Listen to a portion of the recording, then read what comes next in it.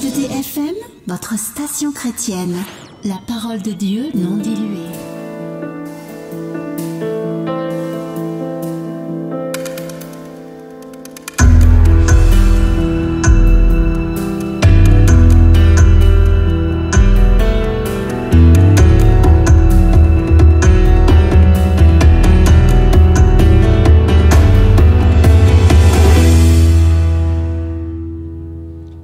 Bienvenue. Si c'est la première fois pour toi de te connecter parce que quelqu'un t'aurait parlé de nos séances d'études bibliques hebdomadaires, bienvenue. Toi qui as déjà l'habitude de te connecter tous les mardis, mercredis à partir de 21h, heure de New York, bienvenue à tous ceux-là qui nous écoutent depuis l'Afrique francophone. Nous saluons ceux qui sont du côté du Sénégal, du côté du Mali, du côté de la Côte d'Ivoire, du côté du Togo, du côté du Bénin, du côté de la République centrafricaine, du Tchad, du Cameroun, du Gabon, des deux Congos, Congo-Brazzaville, Congo-Kinshasa. Bienvenue à ceux également qui sont du côté du Gabon. Nous n'oublions pas nos frères gabonais et nous saluons également ceux qui sont au niveau de la grande métropole, la métropole française, le territoire français avec ses départements et ses territoires français d'outre-mer. Je pense particulièrement à ceux-là qui sont du côté de la Martinique, de la Guadeloupe,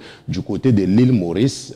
Je salue tous ceux-là, je vous salue tous. Je n'oublie bien sûr pas ceux qui sont également au Canada. Le Canada, c'est avec le Québec, c'est avec Montréal, c'est avec Toronto, c'est avec Vancouver, c'est avec Gatineau. Je sais qu'il y a une forte colonie française du côté du Canada. Je salue également tous les francophones qui sont du côté du Texas, du côté de Dallas. C'est ici aux États-Unis. Je n'oublie pas bien sûr cette délégation de New York et ceux qui sont dans le Maryland ou ceux qui sont au niveau de la Pennsylvanie ou au niveau de la Virginie. Je sais qu'ils sont partout. Je sais également que vous êtes du côté de l'Allemagne, du côté de la Belgique, du côté de la Suède, de la Norvège, de la Finlande, des Pays-Bas. Je n'oublie pas ceux qui sont du côté de l'Autriche, n'est-ce pas? Même ceux qui sont en Macédoine, même en Serbie.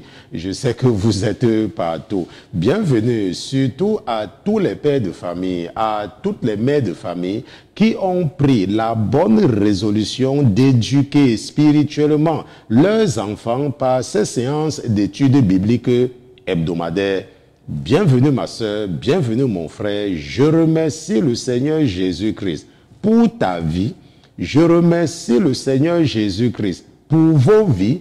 Je le remercie d'avoir mis dans vos cœurs le désir de la spiritualité. La parole de Dieu nous enseigne dans l'épître de Paul aux Corinthiens, dans Colossiens chapitre 2 verset 8, dans Colossiens chapitre 2 verset 8, la parole de Dieu dit « Prenez garde que personne ne vous séduise par la philosophie et par de vaines tromperies, selon la tradition des hommes, selon les rudiments du monde et non selon Jésus-Christ. » La parole de Dieu dit, ne te laisse pas tromper par les philosophes. La parole de Dieu dit, ne te laisse pas convaincre par des raisonnements cartésien. La parole de Dieu dit que ne te laisse pas tromper par la logique du monde. La parole de Dieu dit que ne te laisse pas tromper par la tradition des hommes. Ne te laisse pas tromper par les rudiments du monde. Je ne sais pas comment l'ennemi continue à t'encourager à écouter ce gourou qui est incapable de te donner les versets bibliques pour répondre à tes préoccupations. Je ne sais pas comment l'ennemi s'arrange pour que lorsque quelqu'un te parle de la Bible sans même te citer un verset, tu continues à ouvrir tes oreilles et te charger du poison qui sort de sa bouche. Je ne sais pas comment l'ennemi continue à t'amener à toujours vouloir chercher pourquoi ceci, pourquoi cela, et parce que le pourquoi ceci, pourquoi cela n'a pas de sens à ton niveau, tu continues à avoir le cœur endurci. Je ne sais pas comment tu continues à te laisser séduire par ces gourous qui, parce qu'ils te font des petits miracles, et t'expliquent cela par leurs propres raisonnements et non par rapport à la parole de Dieu, tu continues à fréquenter cette boîte de nuit. Je ne sais pas comment l'ennemi a réussi à faire de toi le client de ce supermarché où les gens vont philosopher. Mais ce soir, la parole de Dieu a mis dans le cœur de ton frère et serviteur que je suis de te dire de ne pas te laisser séduire par les raisonnements cartésiens et par les gens qui viennent te raconter du n'importe quoi sans s'appuyer sur la Bible. Je remercie le Seigneur Jésus-Christ pour ta vie. Ce soir, nous allons continuer, nous n'allons pas continuer, nous allons sortir de notre livre pendant un temps pour répondre à quelque chose que l'esprit que j'ai reçu dans la maladie a déposé en moi depuis. Et je ne sais pas combien de temps ça va nous prendre, mais je sais que ça va nous prendre un temps, ok? Et ça sera la première partie de cette série, n'est-ce pas, spéciale d'enseignement sur les Philistins. Qui sont les Philistins? Partie 1, ce sera le sujet de notre étude biblique de ce soir. Mais avant toute chose, avant de nous aventurer à utiliser la chair et le sang pour enseigner les princes et les princesses que vous êtes, nous allons d'abord nous assurer de la présence de notre patron dans ce studio.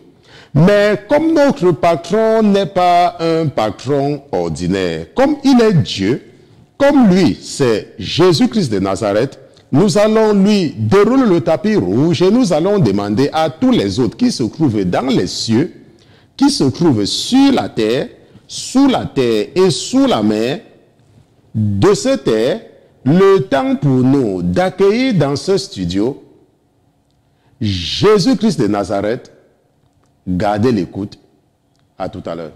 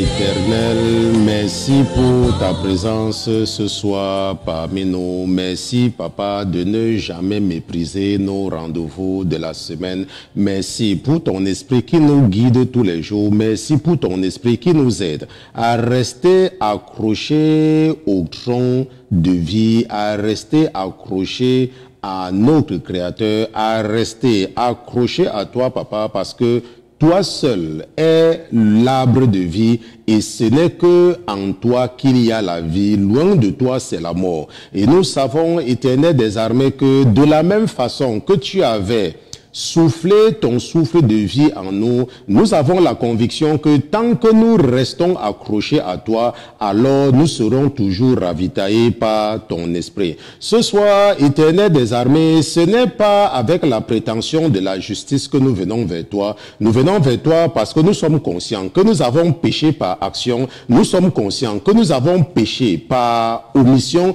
Nous sommes conscients que nous t'avons offensé en posant des actes qui ont amené tes ennemis à blasphémer ton nom. Nous venons ce soir, Papa, pour te demander pardon et nous prions que tu nous pardonnes. Nous prions, Papa, que tu acceptes notre pardon. Nous confessons nos péchés. Nous reconnaissons que nous sommes des pécheurs. Nous reconnaissons, Papa, que toi seul es Dieu et qu'en dehors de toi, les autres qui disent qu'ils sont des dieux ne sont que la fabrication et l'imagination de la pensée de leurs adeptes.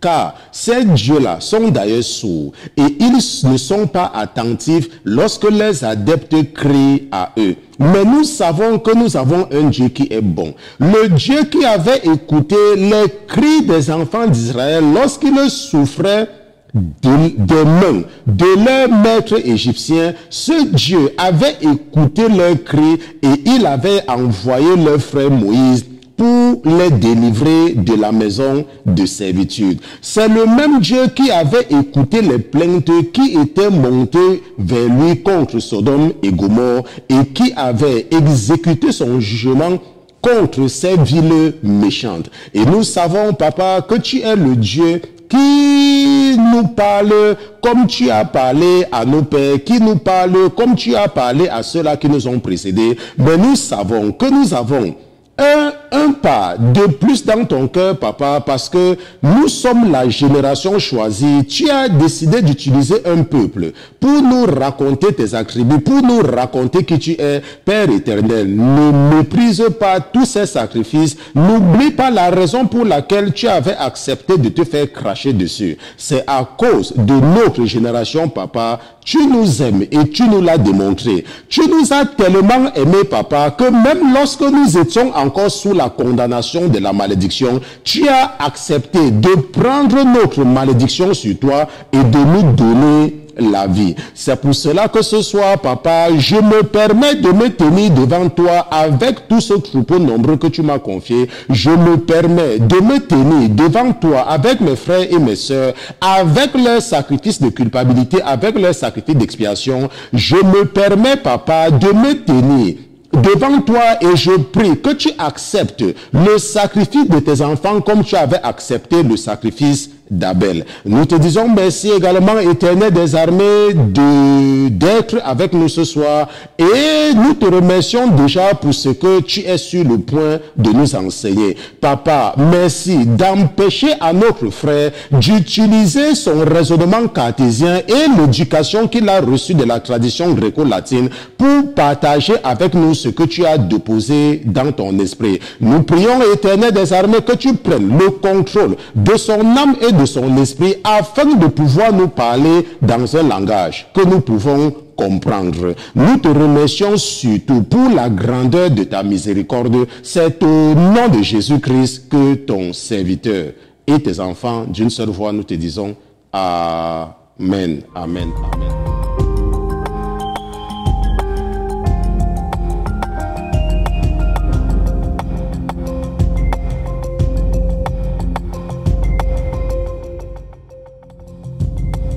Nous remercions Dieu pour Jésus-Christ. Nous remercions Jésus-Christ pour sa présence parmi nous ce soir. Nous le remercions parce qu'il est Dieu. Nous le remercions parce que sa parole dit qu'il y a un temps pour chaque chose. Il y a un temps pour rire, un temps pour pleurer, il y a un temps pour travailler, un temps pour se reposer. Il y a un temps pour danser, un temps pour célébrer, mais un temps également pour être triste. Et nous remercions le Seigneur de mettre la joie dans notre cœur. Nous le remercions parce qu'il nous nourrit tous les jours. Comme un bon père, il s'assure que nous avons toujours de quoi manger. Il s'assure qu'il y a toujours la nourriture sur nos tables. Nous lui disons merci pour cela. Mais au-delà de toute chose, nous disons merci au Seigneur parce qu'il nous préserve et qu'il nous enseigne. Et chaque fois, il nous montre que si nous étions décédés hier, l'enfer devait être notre partage. À chaque jour, il nous renouvelle ses bontés. C'est pour cela que nous sommes reconnaissants pour sa présence en ce moment même dans ce studio. De la même façon que nous sommes reconnaissants de ce qu'il a fait aujourd'hui en nous encourageant une fois de plus à savoir que tant que nous marchons avec lui, alors il va toujours faire honte à nos ennemis et c'est ce qu'il a fait aux ennemis, n'est-ce pas, des chrétiens aux États-Unis aujourd'hui. Je sais que beaucoup parmi vous suivez seulement l'actualité aux États-Unis, mais sans toutefois comprendre l'enjeu. Ce que vous devez comprendre, c'est que le diable lui-même, Satan, a pris en otage le Parti démocrate américain. Et à la tête de cela, n'est-ce pas, il utilise les gens de Hollywood qui financent ce parti pour déstabiliser et accomplir son agenda aux États-Unis. Mais notre Dieu étant bon, sachant qu'il y a ses enfants qui vivent aux États-Unis et que l'Amérique a l'influence sur tous les pays, s'est arrangé à mettre quelqu'un pour s'opposer à eux, à mettre quelqu'un qui a un front dur.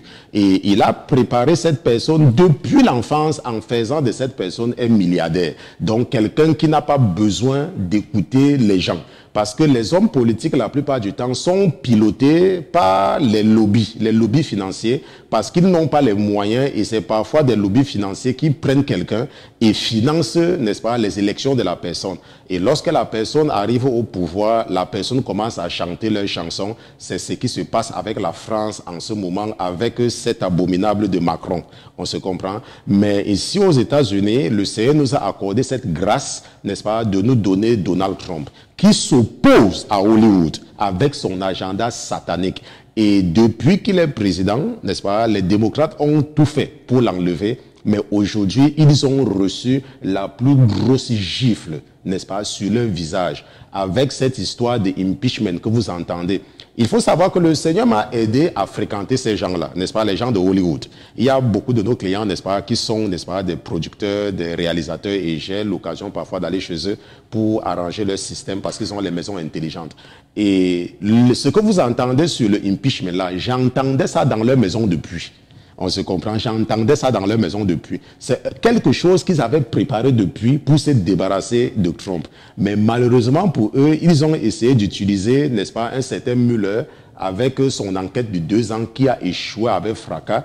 Et cette fois-ci, le Seigneur les a confondus, n'est-ce pas? Et ils ont voulu précipiter un processus avant les fêtes de Noël. Parce que Noël devait être l'accomplissement et la célébration de tout leur pacte satanique autour du 25 décembre. Mais Dieu les a confondus. Dieu a fait qu'ils soient pressés et qu'ils fassent des erreurs. Okay? Ils ont tellement fait les erreurs que quand, n'est-ce pas, leur temps est fini, là, je dis, ok, on vient maintenant vous accueillir ici, là, et c'est comme ça que les sénateurs qui sont en majorité les républicains, n'est-ce pas, Dieu a touché les cœurs, n'est-ce pas, des sénateurs. Et une chose également que nous devons comprendre, c'est que même lorsque on est un enfant de Dieu, nous ne devons pas donner l'occasion à l'ennemi de nous attaquer. On se comprend. On ne doit pas donner l'occasion. Ce qui s'est passé, c'est que le président Trump a dû passer un coup de fil, n'est-ce pas, au président de l'Ukraine. Et il y a quelqu'un qui a entendu la conversation. Et il est évident que cette conversation tournait autour d'un sujet. OK? Et c'était maladroit. Ce n'était pas habile du tout. Parce que nous savons que l'ennemi infiltre tous les coins des enfants de Dieu. Et c'est ça, hier nous avons parlé que le mensonge n'existe pas. Parce que même dans le camp présidentiel, il y a des espions, n'est-ce pas, du camp ennemi. Et c'est comme cela qu'un membre, n'est-ce pas, du Parti démocrate qui travaille dans les services de renseignement a écouté la conversation et a informé, n'est-ce pas, ses complices démocrates. Et ils ont donc profité de cela parce qu'ils avaient quelque chose sur lequel s'appuyer. On se comprend? Ils se sont appuyés sur un coup de fil, n'est-ce pas, qui était un peu maladroit. Mais Dieu, lui, il est bon. Et tout ça faisait partie de son plan parce qu'il voulait de toutes les façons prouver, n'est-ce pas, à Satan, qui a pris le parti démocrate en otage, qu'il demeure Dieu. On se croit qu'il demeure Dieu et qu'il est capable de tout faire. Et c'est comme cela qu'aujourd'hui, donc, le Sénat a rejeté, n'est-ce pas, la motion de censure, la motion de déstabilisation ou pour enlever Trump, n'est-ce pas. Ils ont échoué aujourd'hui en fracas, n'est-ce pas. Ils ont échoué en fracas. Et c'était une victoire. C'est une victoire pour nous les chrétiens. C'est une victoire pour nous de comprendre que quand Jésus est avec toi, tu n'as rien à craindre. On se comprend. Quand Jésus est avec toi, tu n'as absolument rien à craindre. Ok? Et tu dois toujours avoir cette assurance-là. Et je vous ai toujours dit que lorsque tu es un chrétien, ok, un chrétien n'est pas démocrate. Un chrétien n'est pas républicain. Un chrétien soutient la parole de Dieu. Ça veut dire que lorsque tu as en face de toi des candidats, tu soutiens celui qui défend la parole de Dieu. Et c'est pour cela que si tu vois un chrétien qui est contre Trump, c'est que c'est un faux chrétien. Parce que c'est quelqu'un, depuis qu'il est là, n'est-ce pas, qui porte le nom de Jésus à tous les sommets. Et il n'a pas honte de prononcer ce nom-là. Il n'a pas honte de prier par rapport à ce nom. Donc si tu me dis que tu es un chrétien et tu n'aimes pas Donald Trump, ça veut dire que tu es un quoi? Tu es sous le placebo du diable et que tu es un hypocrite. Et que tu es seulement en train de perdre ton temps. En fait, tu n'es même pas chrétien. On se comprend. Parce que tu ne peux pas être chrétien et soutenir des gens qui soutiennent l'avortement. Tu ne peux pas être chrétien et soutenir des gens qui sont en accord avec les PD et les lesbiennes et les transsexuels. Okay? Tu n'es pas un chrétien. Tu n'es pas du tout un chrétien. Tu es sous le placebo du diable. Et c'est le temps pour toi de te repentir. Donc, je voulais profiter pour éclairer ceux qui ne comprennent pas ou qui ne comprenaient pas très bien ce qui se passait aux États-Unis. Donc, aujourd'hui, ce qu'on dit en anglais, case closed. OK, tout a été conclu aujourd'hui. Donc, la prochaine phase, ce sont les élections qui auront lieu en novembre et tous les agissements des démocrates ont finalement échoué aujourd'hui et Trump va rester président et terminer avec son premier mandat. Et le Seigneur a commencé à me montrer quelque chose par rapport aux élections, mais il y avait des détails où il y a des choses que je ne sais pas pourquoi est-ce qu'il a montré cela, parce que c'était comme si j'étais dans son camp, n'est-ce pas, dans son camp, mais nous étions dans deux immeubles différents. Ok, il était dans un autre immeuble, c'était vraiment très clair, il était très propre, et j'étais dans un autre immeuble. Et je ne sais pas pourquoi, mais je sais que comme il a l'habitude de me parler, il va encore me donner quelques détails que je vais partager avec vous. Ok. Donc, les démocrates sont seulement pris en otage par le diable qui utilise tous les moyens ou qui a essayé d'utiliser tous les moyens pour enlever le président Trump. Parce que Trump, vous savez que je vous ai dit que les politiciens, eux, ils n'ont pas les moyens. On se comprend et ils sont pilotés. Mais ce monsieur-ci là, il est riche. Et il n'a besoin de personne pour financer sa campagne. Il n'a besoin de personne. Et personne donc ne peut lui donner les ordres. Ce qui fait donc que ces gens-là sont dans tous les États. Parce que toute leur corruption et tout ce qu'ils faisaient à Washington, ça ne marche pas depuis 3 ans aujourd'hui et presque 4 ans. Et ils ont des insomnies si ce monsieur-ci va encore être là pendant 4 autres années. On se comprend? Et c'est ça qui les empêche de dormir. Bon, aujourd'hui, donc, nous allons commencer avec une série spéciale, n'est-ce pas, sur les Philistins qui se retrouvent tout au long de la Bible. Lorsque nous faisons une recherche sur les Philistins dans la Bible, il y a tellement de résultats qu'on ne peut pas compter. Pourquoi? Parce que c'est quelque chose de très important que les enfants de Dieu doivent comprendre. Donc, ce que nous allons faire ce soir, c'est que nous allons mettre les fondations sur qui sont les Philistins, n'est-ce pas? C'est-à-dire que sur la place qu'ils occupent dans la Bible. Ça veut dire que comment est-ce que Dieu nous les présente. Et ce que nous allons faire par la suite, après avoir mis ces fondations, nous allons maintenant comprendre comment les Philistins opèrent. Ok? Nous allons comprendre leur mode opératoire. Et cet enseignement va te permettre de reconnaître tous les Philistins qui sont dans ta vie.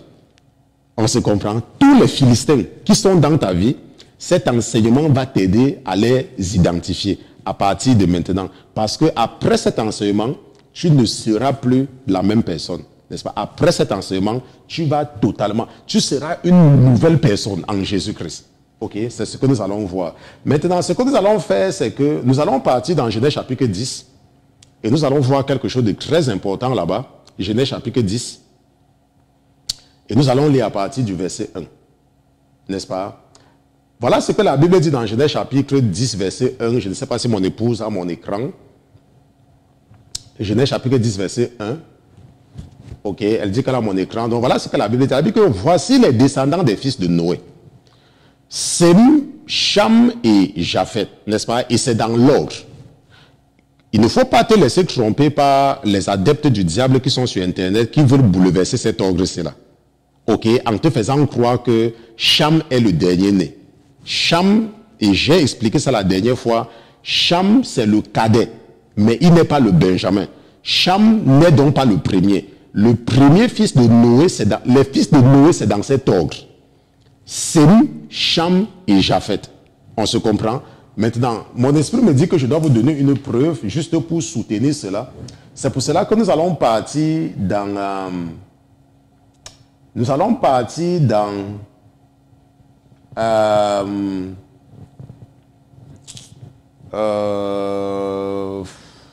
allons un peu...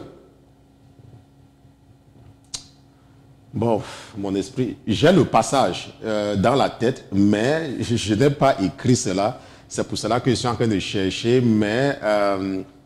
allons un peu dans 1 Chronique chapitre 1. Je crois que ça doit être quelque part là-bas. Regardez un peu si votre pasteur a reçu l'esprit qui dit souvent qu'il a reçu. Ok, allons un peu dans 1 Chronique chapitre 1, verset 1. Ok, voilà. Voilà, c'est ça. Ok. 1 Chronique chapitre 1, verset 1 dit que Adam, voilà comment la chronique commence. Ok, et c'est le livre que j'appelle souvent la chronique des rois de Juda. Ok, la chronique des rois de Juda. Voilà comment ça commence. Adam, Seth, Enoch. On se comprend? Adam, Seth, Enoch. Ok, Kenan, Mahalalel, Jéred, Enoch, Methuselah, Lémec, Noé, Sem, Cham et Japhet. Vous voyez qu'à partir du début, ça dit bien Adam, Seth, Enoch. Donc, on est en train de partir dans l'ordre. Ok, donc quand vous lisez parfois sur Internet, il faut savoir que l'ennemi a beaucoup manipulé les choses. Ok, donc c'est dans l'ordre. Le premier fils de Noé, c'était Sem, qui est le père des Sémites. Le deuxième, c'était Cham, qui est le père des Cananéens et des Philistins. On se comprend? Et le dernier, n'est-ce pas, Japhet, c'est lui, et je vous ai expliqué ça quand nous avons vu, n'est-ce pas, Paul, apôtre des gentils. Ok, que Paul, l'apôtre des gentils. Et nous avons vu que c'est en réalité, Dieu a utilisé les descendants de Japhet que nous sommes. Et nous allons comprendre ça par rapport à cette étude pour accomplir la parole qu'il avait prononcée aux enfants d'Israël dans le désert lorsqu'ils avaient provoqué sa jalousie en se faisant un veau d'or. On se comprend? Voilà. Bon, maintenant, nous allons donc retourner, ok, parce que je voulais seulement préciser quelque chose, que quand vous lisez certaines choses sur Internet, il faut souvent prêter attention aux détails. Parce que si tu ne connais pas ta Bible, tu vas adopter une doctrine satanique. Parce que tu ne connais pas la parole. Et la personne, parce que le diable est subtil, quand il veut te tromper, le diable ne va pas te tromper à la base de rien. Le diable va toujours prendre la parole de Dieu et la déformer pour te tromper. Et c'est comme ça que tu vas adopter quelque chose qui n'est pas biblique. Et c'est comme cela que tu seras victime de ce qu'on appelle l'apostasie. Ok? Maintenant, la Bible dit donc que voici les descendants des fils de Noé, Sem, Cham et Japhet, auxquels naquirent des enfants après le déluge. Et la Bible dit que les fils de Japhet sont Gomer, Magog, Madai, Javan, Toubal, Méchec et Tiras. Et les fils de Gomer, Askenaz, Riphat. Ok, je vais lire jusqu'au verset 5. Et les fils de Gomer, Askenaz, Riphat et Togarma. Et les fils de Javan, Elisha et Tarsis, Kittim et Dodanim. Par eux furent peuplées les îles des nations, dans leur terre, chacun selon sa langue, selon leur famille, selon leur nation. Donc la parole de Dieu commence par les descendants de Japhet. Il y a une raison pour cela. Ok? On nous montre ici là qui sont les descendants de Japhet. Et la Bible dit que par eux, par les descendants de Japhet, furent peuplées les îles des nations. Et nous allons regarder ce que ça veut dire en anglais, lorsque nous allons regarder dans la New King James. Et nous lisons le même passage, n'est-ce pas? La Bible dit que la Bible dit dans le New King James que si nous partons au même verset, qui est le verset 5, dans le New King James, ça dit « From these, the coastland people of the Gentiles ». Ok, donc les îles des nations là, ce sont les gentils. Donc, from these, the coastland people of the Gentiles were separated into their lands. Everyone according to his language, according to their families, into their nations. On se comprend? Donc, ici, là, c'est là où on parle pour la première fois des gentils que nous sommes. Ok, j'ai enseigné là-dessus, je ne vais pas revenir là-dessus. Donc, nous voyons donc que la Bible nous parle donc des descendants de Japheth. De la même façon que la Bible nous parle des descendants de Sem.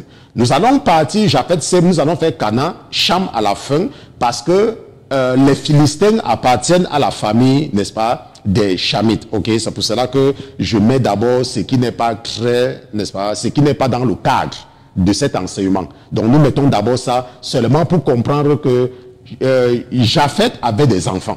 On se comprend que Sem avait des enfants. Et nous allons voir qui étaient les enfants de Sem. Allons un peu dans Genèse chapitre 10, lisons des versets 22. Donc restons dans Genèse chapitre 10 et lisons des versets 22. Ok, lisons des versets 22 à 31. Maintenant, la Bible dit que les fils de Sem sont Élam, Assur, Arpachshad, Lud et Aram. Ok, voilà les fils de Sem. Donc les Élamites, n'est-ce pas? Assur, Arpachshad, Lud et Aram. Maintenant, et la Bible dit que et les fils d'Aram, Uts, d'où venait Job. Ok, Uts, c'est là où Job était de Uts. Ok, Ul, Géter et Mash. Et Arpachshad engendra Shéla et Shéla engendra Héber. Et la Bible dit que, et à Héber, il naquit 2 fils. Et ça, c'est très important de comprendre si tu es un chrétien. Parce que rappelle-toi que le mot hébreu, quand tu entends parler de hébreu, ça vient de ce nom-là. Héber. Ok, c'est hébreu. Ce mot-là, quand je regardais, n'est-ce pas, l'étymologie, je regardais l'origine de hébreu, ça puise son origine dans Héber. Et c'est très important de comprendre cette partie-ci-là. Quand la Bible dit que et à Héber, il naquit 2 fils. Le nom de l'un est Péleg, qui s'appelle partage, car en son temps, la terre fut partagée, et le nom de son frère, Joktan. C'est très important et très capital pour toi qui m'écoutes de comprendre cette partie de la Bible-ci là.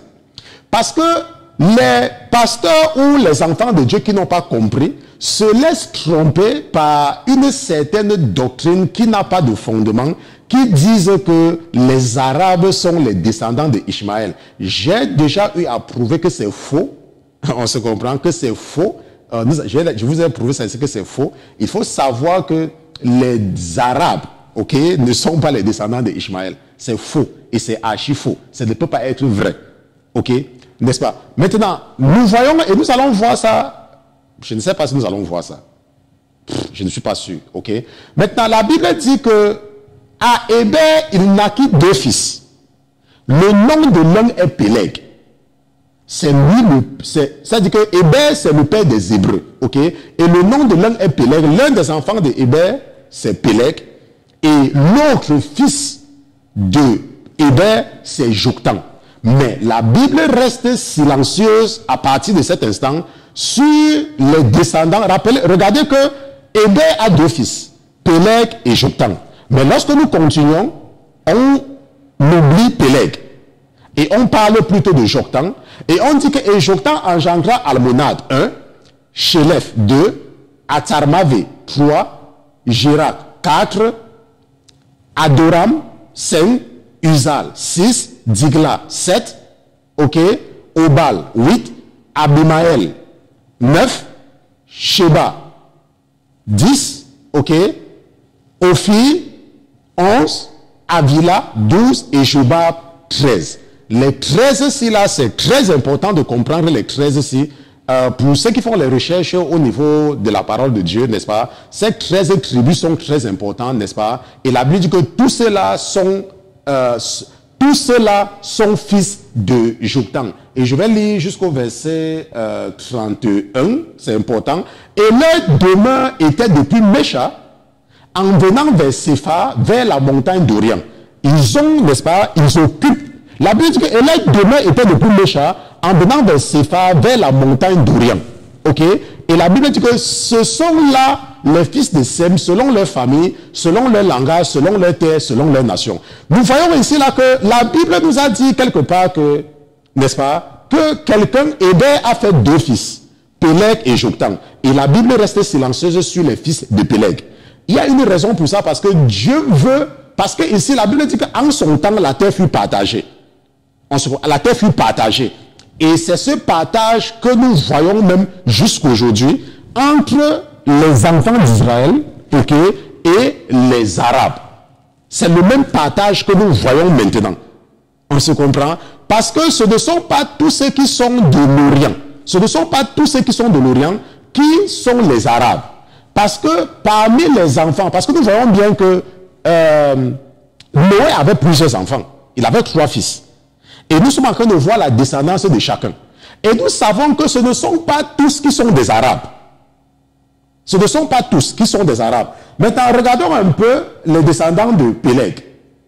Ok, parce que nous avons vu tout à l'heure que Héber a fait 2 fils. On va rentrer parce que pour ceux qui n'ont pas la compréhension facile, n'est-ce pas? La Bible dit qu'à Héber, il naquit 2 fils. Et nous avons vu les 13 descendants de Joktan. Nous avons vu les 13. On a compté ensemble. On se comprend? Et maintenant, Péleg, c'était silencieux parce que Dieu veut nous raconter quelque chose sur les descendants de Péleg. Et si nous faisons un tour, ou si nous avançons dans Genèse chapitre 11, dans le chapitre suivant, et que nous regardons à partir du verset 10, regardons à partir du verset 10, ok? La Bible nous dit que voici les descendants de Sem. Sem, âgé de 100 ans, engendra Arphaxad 2 ans après le déluge. On se comprend? Et Sem, après qu'il ait engendré Arphaxad, vécut 150 ans et il engendra des fils et des filles. Et Arphaxad vécut 35 ans et engendra Sélat. La même chose que nous avons vu tout à l'heure. Mais la Bible donnait plusieurs enfants. Mais ici, là, dans Genèse chapitre 11, on s'intéresse à la lignée d'Abraham. Et la Bible dit que, et Arphaxad, après qu'il ait engendré Sélat, vécut 403 ans et il engendra des fils et des filles. Et Sélat vécut 30 ans et engendra Héber. Et c'est là où nous nous sommes arrêtés tout à l'heure, quand ça concernait Héber. Et que j'ai dit que c'est lui le père des Hébreux. Ok, quand on parle des Hébreux, quelque chose comme ça. Et la Bible dit que, et Sélat, après qu'il lui a engendré Héber, vécut 403 ans et il engendra des fils et des filles. Et la Bible dit que Héber vécut 34 ans et engendra Péleg. Le Péleg qu'on n'a pas parlé tout à l'heure, on a plutôt parlé de son frère Joktan. Mais ici, là, on continue. Et on dit que Héber, après qu'il a engendré Péleg, vécut 430 ans et il engendra des fils et des filles. On se comprend? Et il engendra des fils et des filles. Maintenant, regardons un peu ce qui se passe ici, là. La Bible dit que Héber, après qu'il lui a engendré Péleg, vécut 430 ans et engendra des fils et des filles. En son époque, la terre fut séparée. On a dit qu'au temps de l'autre, la terre fut séparée. Au temps de Héber, la terre fut séparée, n'est-ce pas? Et si nous regardons bien les 430 ans, c'est quelque chose qui nous dit aussi quelque chose. La Bible dit que les enfants d'Israël ont passé combien de temps en Égypte? N'est-ce pas? Donc il faut savoir que parfois, nous ne comprenons pas souvent certaines choses parce que nous ne prêtons pas attention à certains détails quand nous lisons la parole. Puisque, quelque part, la Bible dit dans le livre du prophète Malachie que je suis l'Éternel. Et je ne change pas. Je suis l'Éternel. Et je ne change pas. Dieu a, n'est-ce pas, a une empreinte digitale. Dieu a une empreinte digitale. Et il suffit seulement que le Seigneur dépose son esprit en toi pour que tu le comprennes. Pour que tu saches que voici ce qu'il a horreur. Et voici ce qu'il peut tolérer. Et voici ce qu'il n'aime pas. Et voici ce qu'il aime. Voici ce qu'il a horreur. Voici ce qu'il peut tolérer. Et voici ce qu'il aime. Lorsque nous venons à Jésus, Jésus ne nous a pas choisis par rapport à ce que nous avons fait. On se comprend? Le choix de Dieu est sans condition. C'est pour cela que quelque part, la Bible dit que j'ai aimé, que Jacob j'ai aimé, mais Ésaü, n'est-ce pas, j'ai haï. Nous allons regarder ça ensemble. Regardons ensemble ce que je veux dire.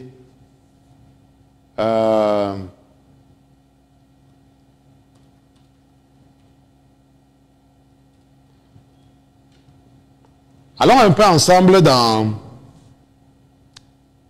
Malachie, chapitre 1, verset 3. Malachie, chapitre 1, verset 3. Regardons un peu ce que la Bible dit dans Malachie, chapitre 1. Malachie, c'est le dernier livre de l'Ancien Testament. Pour que tu partes vite, n'est-ce pas, pour ne pas te tromper. Malachie, chapitre 1, n'est-ce pas? Regardons ce que la Bible dit ici. N'est-ce pas? Prophétie, parole de l'Éternel adressée à Israël par Malachie. Je vous ai aimé, a dit l'Éternel. Et vous dites, en quoi nous as-tu aimé? N'est-ce pas? Et il dit, voilà ce que la Bible dit. Il dit, Esaü n'était-il pas frère de Jacob? Dit l'Éternel. Cependant, j'ai aimé Jacob. N'est-ce pas? Et j'ai haï Esau. Ou bien Esaü. Et j'ai fait de ses montagnes une solitude. Et j'ai livré son héritage au chacal du désert. Donc, nous voyons que la Bible dit que, n'est-ce pas? La Bible dit que Esaü n'était-il pas frère de Jacob? Dit l'Éternel, cependant j'ai aimé Jacob. Et il nous continue de dire que j'ai haï Esaü. Maintenant, ces deux-ci-là, ce sont des jumeaux. Pour ton information, si tu ne savais pas, Esaü et Jacob, ce sont des jumeaux. On se comprend? Ce sont des jumeaux. Et leur père, c'est celui que Dieu a choisi. Leur père, c'était Isaac. Et Dieu a choisi Isaac à la place d'Ishmaël. On se comprend? Dieu a choisi Isaac. Maintenant, Isaac là, que Dieu a béni et qu'il a choisi, a fait deux garçons. Et la Bible nous dit, Dieu a aimé un et il a haï l'autre. Maintenant, la question que tu dois maintenant te poser, toi qui as tendance à mépriser les autres, parce que tu te dis peut-être que tu as des rêves ou que Dieu te parle ou n'importe quoi là. Ok? Maintenant, pourquoi est-ce que tu penses que Dieu a décidé d'aimer quelqu'un? Qu'est-ce que Jacob a fait pour que Dieu l'aime? Qu'est-ce qu'il a fait? Il n'a rien fait. On se comprend? Donc il faut comprendre que le choix de Dieu est sans condition. Le choix de Dieu n'a pas une condition sur ça. Dieu ne t'a pas choisi parce que tu es juste. Pour ton information, tu vivais dans le péché avant que quelqu'un t'ait évangélisé, avant que quelqu'un t'a parlé de Jésus. Tu n'es pas venu à Jésus quand tu étais juste. Quelqu'un t'a parlé de Jésus et tu as donné ta vie à Jésus. Et c'est ce que Jésus attend de toi. Jésus n'attend pas de toi de passer ton temps à juger les gens. Ce n'est pas ça qu'il attend de toi. Il a dit dans sa parole, allez et faites de toutes les nations des disciples. Voilà la grande commission. Donc il faut arrêter, n'est-ce pas, de t'enfermer dans ta coquille où le diable va te récupérer même d'ailleurs, parce que tu crois que tu dépasses tout le monde. Ok, il faut arrêter ça. C'est un très mauvais, c'est un gros piège que le diable est en train de te tendre. Il faut apprendre à accepter tout le monde. Et toujours chercher les voies et les moyens pour gagner les âmes. Et comment est-ce que tu gagnes les âmes? Tu gagnes les âmes par ton comportement. C'est ton comportement qui glorifie Jésus-Christ. Parce que Jésus, tu ne vas pas aller au paradis parce que tu as fait quelque chose. Pour ton information, laisse-moi te raconter quelque chose. La Bible te dit que Dieu, le Dieu que tu sais là, a dit à Samuel que va dans la maison d'Isaïe ou de Jessé, il y a quelqu'un là-bas qui est selon mon cœur. Et ce quelqu'un, c'était qui? C'était David. Mais qu'est-ce que David a fait? David a pris la femme de quelqu'un et il a tué la personne là et il a fait l'enfant avec la femme de la personne là et Dieu a choisi l'enfant qu'il a fait avec la femme de la personne là pour faire de lui un roi et lui donner la plus grande sagesse qui ait jamais existé. Est-ce que tu vois maintenant là où tu es en train de te tromper très mal? Est-ce que tu vois là où tu te trompes très mal sur le Dieu que tu sais là? David, que Dieu a dit qu'il a après son cœur, a aimé la femme de quelqu'un. Il a tué le mari de la femme là, prendre la femme là pour épouse, faire un enfant avec la femme là, et Dieu a choisi cet enfant pour faire de lui roi. Et lui donner toute la sagesse. Et il faut te méfier. Je sais que le Seigneur va finir par te toucher, parce que depuis un temps, je parle à une personne. Je suis sûr que depuis un temps, le Saint-Esprit s'agresse à une personne. Je dis que depuis un certain temps, le Saint-Esprit est en train de s'agresser. Et la Bible dit que si aujourd'hui tu entends sa voix, n'endurcis pas ton cœur. Ok? Si aujourd'hui tu entends sa voix, n'endurcis pas ton cœur. Parce que ce n'est pas tout le temps qu'il part. Voilà. Maintenant, ça, c'est ce que je voulais montrer. Que Dieu a dit qu'il a aimé Jacob. Qu'est-ce que Jacob a fait? La preuve, c'est que Jacob a même d'abord trompé son père. On se comprend? Mais Dieu dit que je l'ai aimé. Et il a haï Esaïe. Vraiment. Il y a les gens qui ont le cœur de Dieu. Ils ne comprennent pas. Même quand le pasteur Christian dit même ça, ils ne comprennent pas. Ils sont toujours en train de chercher les prétextes. Bon, maintenant, nous sommes en train de voir que nous étions sur les descendants de Sem. Et je me suis arrêté sur les descendants de Sem, où nous étions. On va même repartir là-bas. Parce qu'on était là-bas, on n'a pas fini.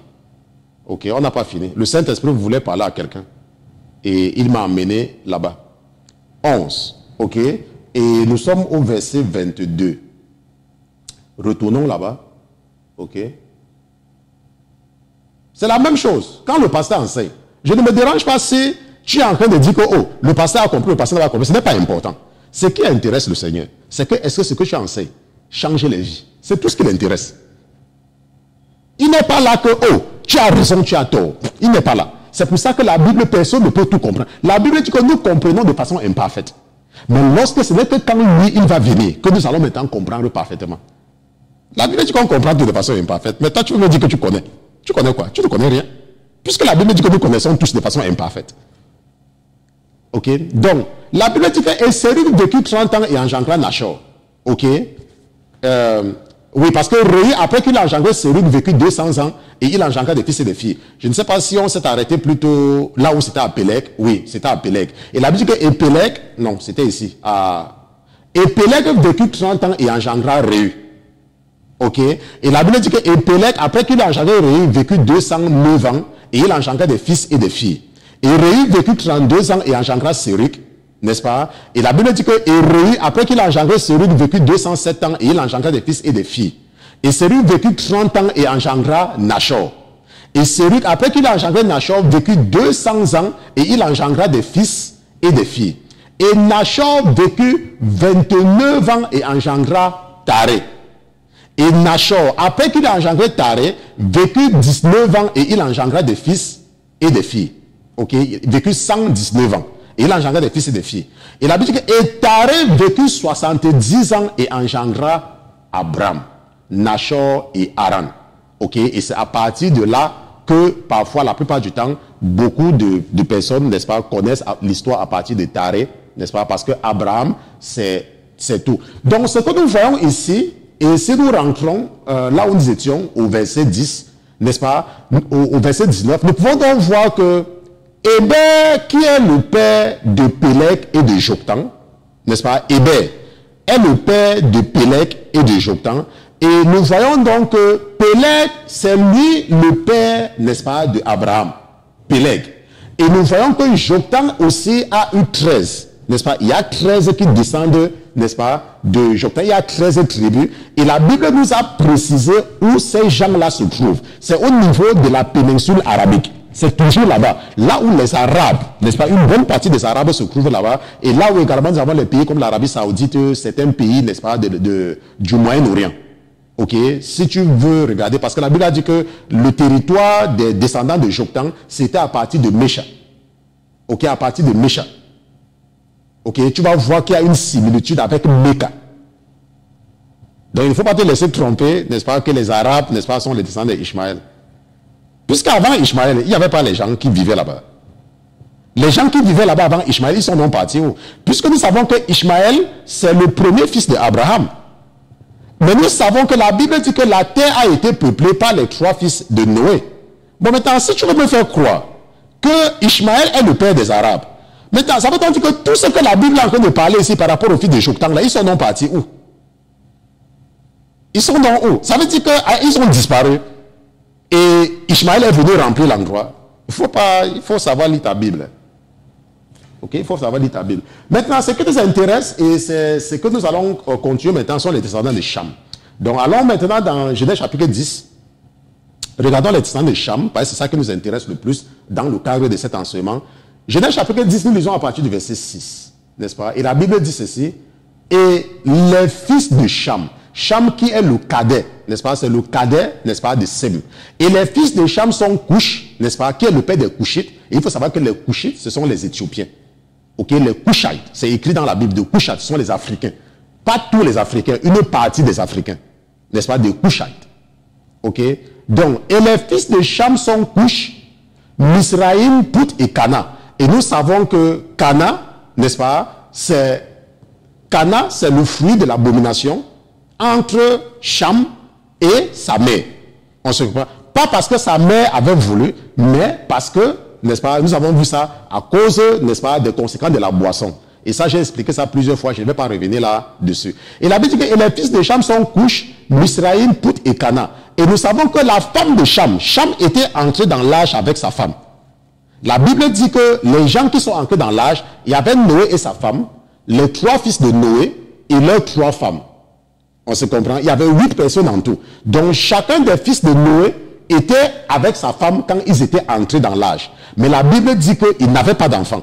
Et c'est pour ça que la Bible dit que quand on a commencé avec la généalogie tout à l'heure, vous vous rappelez que la Bible a précisé que Sem, après avoir vécu 100 ans, il y a des gens qui ont la tête dure, rentrons un peu. Rentrons un peu dans Genèse chapitre 10. Regardons encore quelque chose.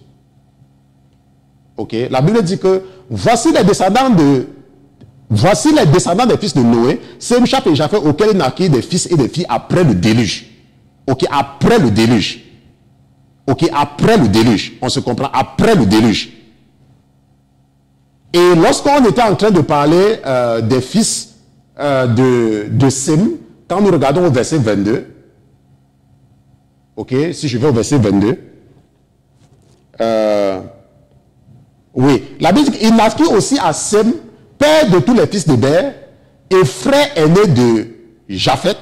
Et nous voyons maintenant que si tu regardes maintenant très bien cette partie, la Bible précise qu'il naquit aussi à Sem, père de tous les fils d'Héber. Mais nous voyons que Héber n'est pas le fils direct de Sem. Il vient après, c'est comme l'arrière. Mais il est très important parce que le mot Héber là, c'est très important. Parce que c'est Héber qui est le père de Pélec et de Joktan. J'ai passé le temps là-dessus parce que c'est important pour toi de comprendre ceci. Et le diable ne va pas facilement te tromper. Ok, bon, je voulais regarder quelque chose, mais laissons l'autre là-bas. Ok, laissons ça là-bas. Maintenant, regardons les descendants de Cham, Genèse chapitre 10. Allons au verset 6. Si je ne fais pas ça, on ne va pas présenter ça aujourd'hui pour continuer la prochaine fois. Bon, mais ce n'est pas grave. Je vous ai dit qu'on va passer un bon temps ici. Genèse chapitre 10, verset 6. La Bible dit que et les fils de Cham sont Couch. Misraël, mon esprit est en train de me signaler qu'il y a certaines personnes qui sont un peu confuses. Ok, c'est bien. C'est très important de comprendre cette généalogie. Ok, c'est très important parce que beaucoup de personnes ne comprennent pas la Bible parce qu'ils ne comprennent pas cette généalogie. Et quand tu ne comprends pas cette généalogie, tu n'as pas une fondation solide. On se comprend. Et c'est pour cela que ta foi est chancelante. Et c'est pour cela que tu peux facilement être victime des Philistins. C'est pour cela que je prends mon temps, n'est-ce pas, pour rester sur les descendants de Noé, pour que le moment venu, tu puisses comprendre les Philistins qui sont dans ta vie et qui t'empêchent, n'est-ce pas, d'ouvrir ces portes qui sont devant toi spirituelles. On se comprend. Donc, il faut comprendre. Et c'est très important de comprendre ces généalogies-là. C'est facile, puisque je suis en train de t'expliquer ça. C'était difficile, moi, mais je ne devais pas comprendre. Donc, c'est facile. Il faut seulement ouvrir ton esprit. Ok, il faut seulement avoir l'esprit ouvert. Et tu vas comprendre. Et la Bible nous dit donc que nous avons déjà vu donc les descendants de Japheth et de Sem. N'est-ce pas? Et la Bible a précisé que Japheth, n'est-ce pas, c'est le père des gentils. Et Sem, c'est le père, n'est-ce pas, de Héber. Héber, n'est-ce pas? Il vous a dit que le mot hébreu vient de là. Et maintenant, et la Bible dit que et les fils de Cham sont Couch, Misraïm, Pout et Cana. Maintenant, je vous ai dit tout à l'heure que les Couchites, ce sont les Africains. Mais pas tous les Africains. Ce ne sont pas tous les Africains qui sont les Éthiopiens. Non, c'est vrai. Parce que les Couchites, ce sont les Éthiopiens, les Couchites. Et c'est pour cela qu'il y a une certaine doctrine raciste qui identifie tous les Africains, n'est-ce pas, aux Couchites. Tous les Africains. Maintenant, mais pourquoi est-ce que c'est faux? Et c'est ça que le diable avait utilisé avec certains blancs pour justifier l'esclavage.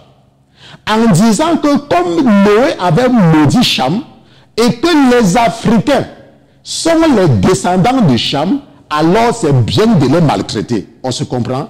C'est pour cela. Parce que quand ils entendent Couche, et nous savons que Couche c'est vrai, ce sont les Éthiopiens. Mais ce que nous voyons ici, c'est que Cham n'a pas seulement fait Couche. Cham a fait Couche, Misraïm, Pout et Cana.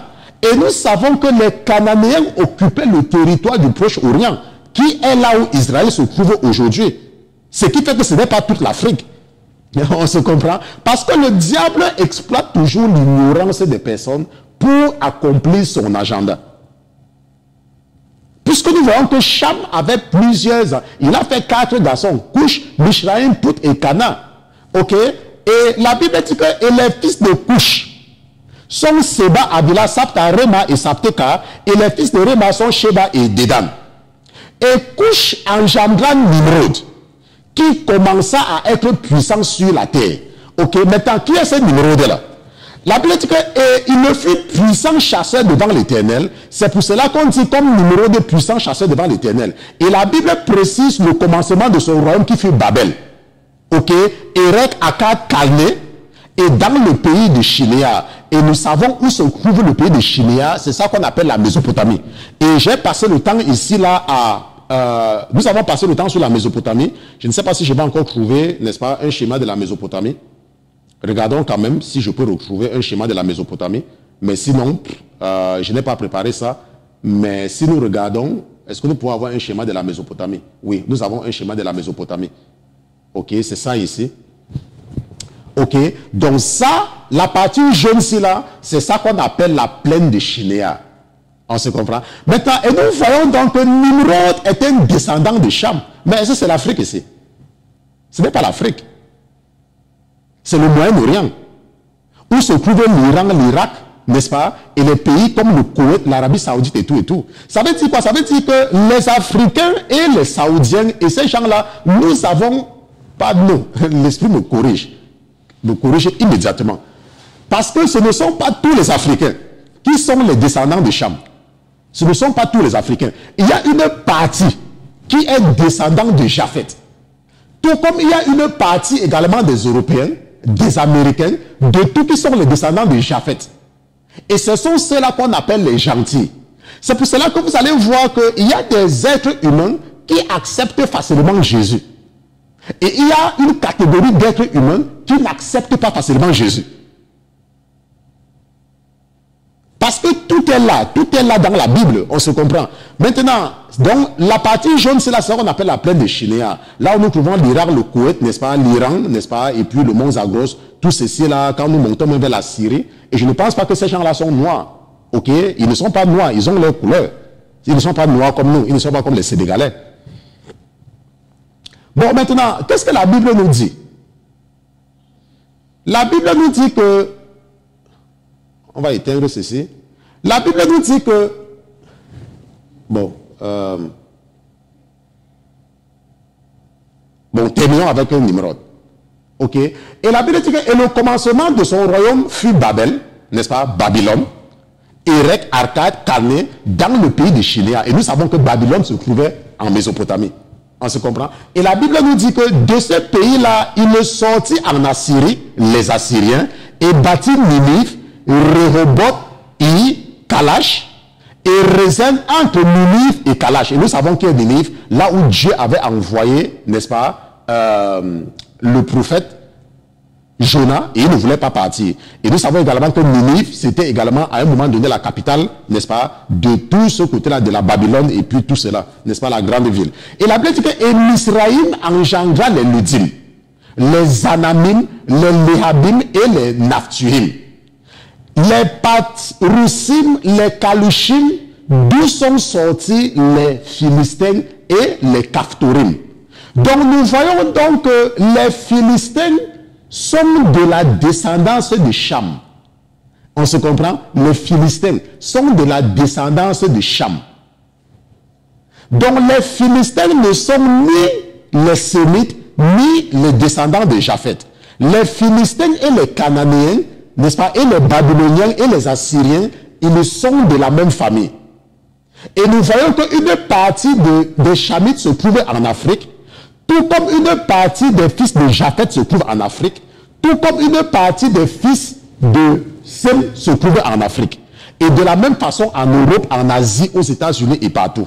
On se comprend? Parce que la Bible dit que de là, n'est-ce pas, ils se dispersaient. On se comprend? Donc ça, c'est important pour nous de comprendre, n'est-ce pas, qui sont les Philistins. Donc, nous allons nous arrêter ici parce que nous savons déjà que les Philistins sont les Chamites. Les Philistins, si nous avons bien regardé, si nous avons bien regardé parmi Misraïm, parce que nous savons que ça vient de Misraïm, qui vient de Misraïm, mais si nous regardons bien, si je descends encore dans Genèse chapitre 10, verset 6, la Bible dit que les fils de Cham sont Couche, Misraïm, Pout et Cana. Donc, et Misraïm, si nous descendons pour regarder Misraïm, ok, parce qu'il ne faut pas faire la différence entre les Cananéens et les Philistins, ok, et Misraïm, ok, le verset dit que et Misraïm, pas et Cana, parce que Misraïm, c'est l'un des fils de Cham, parmi lesquels nous avons aussi Cana. Mais la Bible dit que et Misraïm engendra les Ludim, les Ananim, les Lehaïm et les Naphtuhim. Et les Patrusim, les Kalushim, d'où sont sortis les Philistins et les Caphtorim. Donc les Philistins ne sont pas les Cananéens. C'est important de comprendre. Les Philistins ne sont pas les Cananéens. Les Cananéens sont les Cananéens. Les Philistins sont les Chamites. Donc il ne faut pas associer la malédiction des Cananéens à la malédiction des Philistins. Et c'est pour cela que nous allons voir pourquoi est-ce que à plusieurs endroits, n'est-ce pas, plusieurs fois, les enfants de Dieu partent se réfugier chez les Philistins. Alors que Dieu déteste et Dieu, n'est-ce pas, veut exterminer les Cananéens. Ok, il faut comprendre cela. Nous allons nous arrêter ici pour aujourd'hui et je pense que beaucoup de personnes, ceux qui sont sérieux avec le salut, n'est-ce pas, ont compris, n'est-ce pas, tout ce que nous avons fait aujourd'hui. L'objectif pour nous, c'était, n'est-ce pas, de mettre la fondation sur l'origine des Philistins. Et bien que ça nous prend un peu plus de 2 minutes, n'est-ce pas, nous avons compris. Et nous, ça nous a permis également de voir la différence parmi les enfants de Noé, n'est-ce pas, parmi les descendants de Sem, les descendants de Cham et les descendants de Japhet. Et nous avons compris. On se comprend, nous avons compris. Si tu n'as pas compris, prends encore le temps de réécouter cet enseignement et c'est comme ça que tu vas comprendre. Ok? Nous sommes arrivés au terme de l'étude biblique de ce soir, n'est-ce pas? Peut-être que c'était la première fois pour toi de te connecter. Nous sommes la Sainteté FM, la Sainteté Télévision, n'est-ce pas? Nous sommes un ministère d'enseignement et d'édification. Nous ne sommes surtout pas un ministère évangélique. Peut-être tu n'as pas une église et tu vis dans le New Jersey, n'est-ce pas? Nous avons une église locale. Nous sommes ici à Newark et c'est sur la 119 Chadwick Avenue. Notre culte du dimanche, c'est 10h, 12h30. Ok, 10h, 12h30, nous avons notre culte du dimanche. Et c'est ça. Et si tu veux te joindre à nous, sois le bienvenu, n'est-ce pas? Nous acceptons tout le monde. Mais quand tu viens, l'Esprit de Dieu va également t'aider à, n'est-ce pas, comprendre ton Créateur. Si tu arrives et tu as des difficultés pour retrouver là où nous sommes, tu peux appeler le 347 249 55 46, 347 249 55 46. Et nous avons également un groupe de femmes, n'est-ce pas? Ces femmes chrétiennes partagent la parole. C'est un groupe qui aide à l'édification de la femme, n'est-ce pas? La femme chrétienne, parce que les femmes ont également un ministère. Et ce ministère aide les femmes, n'est-ce pas, à comprendre la parole, à mémoriser les versets bibliques. Si tu veux joindre ces femmes-là, n'est-ce pas, envoie-nous un email à femmepartagelaparaole@lasainteté.com. Et si tu es un jeune et tu as des difficultés pour te détacher des plaisirs du monde, ok, tu peux nous écrire à jeunespourjésus-christ@lasainteté.com. Nous avons un groupe de jeunes et ce groupe de jeunes, n'est-ce pas, est en train de se développer également et il commence à avoir des programmes intéressants. Le groupe, c'est Jeunes pour Jésus-Christ, jeunespourjésus-christ@lasainteté.com. Si tu veux contacter le pasteur Christian, c'est par un seul moyen, pasteur-christian@lasainteté.com. J'ai constaté qu'il y a quelqu'un qui a décidé d'écrire une chaîne YouTube qui s'appelle Pasteur Christian. Il faut savoir que c'est différent de moi, ok? Ce n'est pas ma chaîne YouTube là-bas. Nous, c'est la Sainteté TV, ok? Donc, si tu veux m'écrire, c'est à pasteurchristian@lasainteté.com, pasteurchristian@lasainteté.com.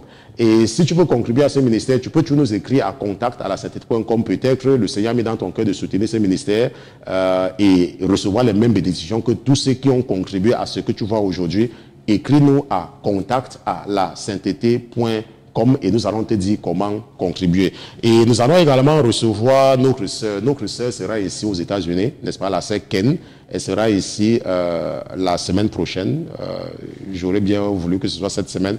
Bon, mais quand on a les enfants, ce n'est pas toujours évident d'avoir un programme comme une femme libre. Donc, elle sera ici aux États-Unis. Si tu veux rencontrer la sœur Ken, n'est-ce pas, tu peux venir la rencontrer ici.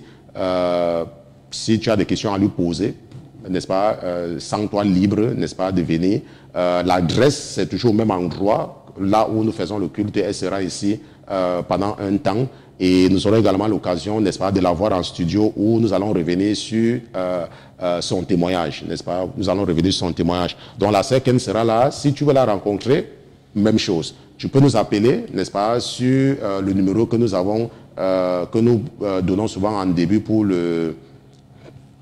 notre église locale, n'est-ce pas, 347 249 55 46. Tu appelles là-bas et le frère Pierre, n'est-ce pas, va t'aider et va t'orienter avec des informations supplémentaires. Nous sommes arrivés au terme de nos séries d'enseignement de cette semaine parce que nous nous retrouvons les mardis et les mercredis. Nous allons nous retrouver dimanche, n'est-ce pas, pour continuer avec notre série d'enseignement que nous avons commencé depuis un certain temps, n'est-ce pas. Si tu n'as pas suivi, connecte-toi dimanche parce que notre culte du dimanche c'est en direct à partir de 10h, n'est-ce pas? C'est en direct sur notre radio, la Sainteté FM, et nous avons une application. Si tu pars sur Apple Store ou tu pars sur Play Store et tu tapes la Sainteté FM, tu pourras télécharger notre application radio et notre culte du dimanche commence exactement à 10h et nous sommes en direct. Et tu peux donc te joindre à nous pour recevoir la même bénédiction. Nous allons prier. Père éternel, je te remercie d'avoir été avec nous toute cette semaine, papa. Je te remercie pour tout ce que tu nous as enseigné. Je te remercie pour la vie de ton serviteur que je suis. Je te remercie pour tes fils et tes filles. Je te remercie, papa, d'étendre tes mains sur eux et de les bénir. Papa, bénis-les avec toutes les bénédictions spirituelles. Papa, bénis-les avec ton esprit. Papa, bénis-les avec la compréhension de ta parole. Papa, bénis-les avec le dégoût et le rejet du péché. Papa, bénis leur esprit et aide leur esprit à se souvenir sans cesse de ce que tu avais déclaré dans les oreilles de Caïn. À Caïn, tu avais dit que le péché est constamment couché à la porte, mais qu'il doit dominer sur le péché. Papa, bénis-nous par ton esprit et aide-nous à nous conformer à ta parole. Nous te disons merci, papa, d'avoir étendu tes mains sur nous ce soir. Nous te disons, papa, de nous porter dans tes bras ce soir. Nous te disons, papa, de nous couvrir et de nous rendre invisibles dans le monde spirituel. Papa, nous te supplions de nous couvrir par ton sang précieux et t'aider des armées. Je te supplie de veiller sur les rêves de mes frères et de mes sœurs et empêcher à l'ennemi d'entrer dans leurs rêves pour les faire manger des choses que tu as en horreur ou pour les faire poser les actes que tu as en horreur. Nous te remercions de nous avoir démontré la grandeur de ta bonté toute cette semaine une fois de plus. Au nom de Jésus-Christ, ton serviteur et tes enfants, d'une seule fois, nous te disons Amen, Amen, Amen.